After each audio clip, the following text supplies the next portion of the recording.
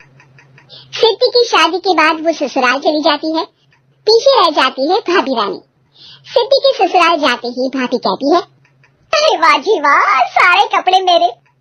हाय रे पैंट, अरे वाह वाह, मजा आ जाएगा। अरे ये सिद्धि की अलमारी के सामने खड़े होकर क्या बड़बड़ा रही है?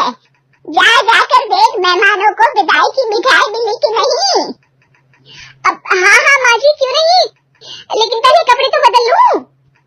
अब रानी आ जाती है सिद्धि के उन कपड़ों में जो वो ससुराल जाने से पहले घर छोड़ जाती है। अरे रानी, कुछ दिन रुक जाती। अरे ये तो सिद्धि बिटिया को मैंने ही दिया था, बड़ा ही थपता था उस पर, तुझ पर तो कुछ खास नहीं लग रहा। अब वो ना मेरे सारे कपड़े गीले थे तो सोचा पहन लूं। वैसे भी सिद्धि को कौन सा दिन पुराने आउटडेटेड कपड़ों को पहनना है। वैसे भी ये सूट तो मैंने तभी पहना था, वैसे खास है भी नहीं ये। हाँ ठीक है, लेकिन ना मेरी सिद्धि पर तो जमता था। सारे मेहमान चले जाते हैं और सिद्धि ससुराल से मायके पहली बार आती है। अपना घर, अपना कमरा, अपनी अलमारी।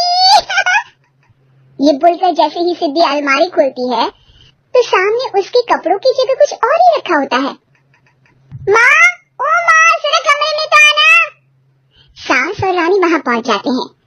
रानी ने पहनी होती है सिद्धि की जींस और टी शर्ट। अरे भाभी, ये क्या? ये तो मेरी बड़ी ही महंगी टी शर्ट है, इसे आपने घर में क्यों पहनी है? अरे बहुत मिलती है दीदी ये चौक की मार्केट में, 150 में। ओ भाभी प्लीज, ये एरोफोस्टल है, 2000 की एक टी शर्ट। ओह 2000 में तो दीदी 4 साड़ी आ जाए। अब क्या बोलूं? भाभी, ये मेरी अलमारी में छोटू के कपड़े, तो मेरे कपड़े कहाँ है? मेरी अलमारी में। अब दीदी आपको कौन से पुराने कपड़े पहनने थे? माना भाभी, लेकिन मैं जब घर आती तो यही सब पहनती ना। अरे तुम तो बड़ी कंजूस हो दीदी।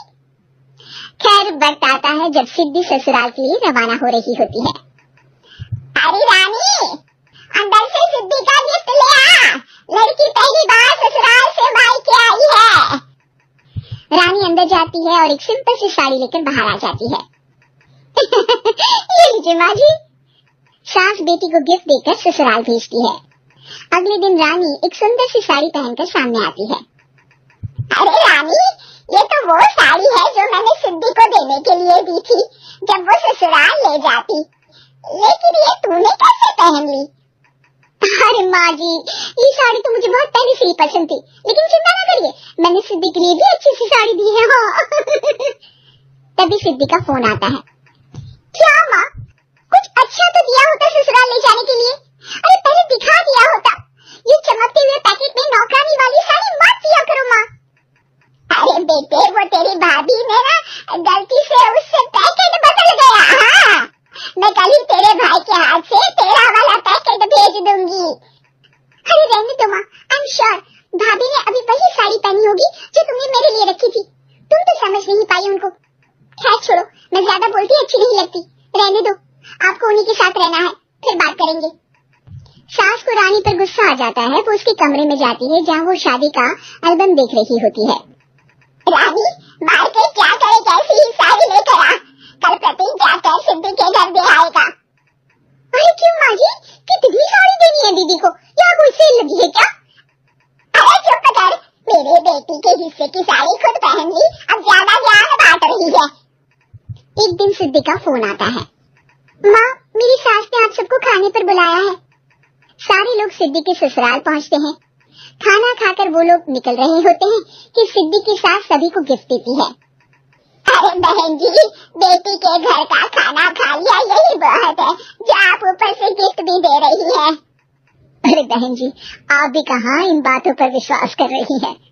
सास सभी को गिफ्ट देती है, लेकिन रानी को जो साड़ी देती है वो अजीब सी हरे रंग की, लाल रंग की बड़ी छाप वाली होती है। अरे छी, ये कौन पहनेगा? सासू माँ को तो जरी वाली इतनी सुंदर, और मेरे लिए ये नौकरानी वाली। अरे भाभी, दरअसल मैं जब भी घर आती थी आप वापसी में ऐसी ही साड़ी देती थी ना, तो माँ ने सोचा कि आपको आपकी पसंद की ही साड़ी क्यों ना दी जाए। बेचारी रानी, बोलती भी तो क्या। सिद्धि और सास रानी का चेहरा देखकर हंसने लगती है, तो रानी समझ जाती है कि अपनी ही बिछाए जाल में वो फंस चुकी है।